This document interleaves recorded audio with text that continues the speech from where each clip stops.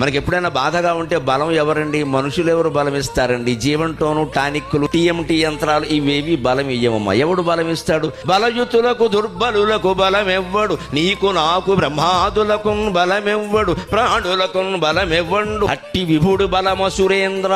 నీకు నాకు బ్రహ్మాది దేవతలకు సైతం ఎవడు బలమో వాడు నాకు బలమయ్యా అని 8 ఏళ్ల కుర్రాడు 50 ఏళ్ల తండ్రితో మాట్లాడాడమ్మ ధైర్యంగా. నువ్వు ఏనుగుల చేత తొక్కించుకో, పాముల చేత కనిపించుకో, నీ తలకాయ ఏమైనా చేసుకో, నాకు అన్నింటిలోనూ విష్ణుమూర్తి కనపడుతున్నాడు, అది నన్నేం చేస్తుంది అన్నాడు. ప్రహ్లాదుని రక్షించలే లేదా? ఆయన ఏమన్నా మేనత్త కొడుక, మనం ఏమైనా కాకుండా పోయామా? మన భక్తి, మన తీవ్రత, మన తపన అన్నిటికీ ముందు ఒకటే, మనం చెప్పేది సత్యమై ఉండాలి, మనం చేసేది ధర్మమై ఉండాలి, లేకపోతే భగవంతుడు కాపాడు. ఈ 2 ఉన్నా కాపాడటం. 3వది ఉండాలి, మనస్సులో భగవత్ స్మరణ ఉంటేనే రక్షణ దొరుకుతుంది ఖచ్చితంగా. నువ్వెంత సత్యం మాట్లాడినా, నువ్వెంత ధర్మాత్ముడమైనా, బ్యాటరీ ఛార్జింగ్ ఉండాలంటే భగవత్ స్మరణ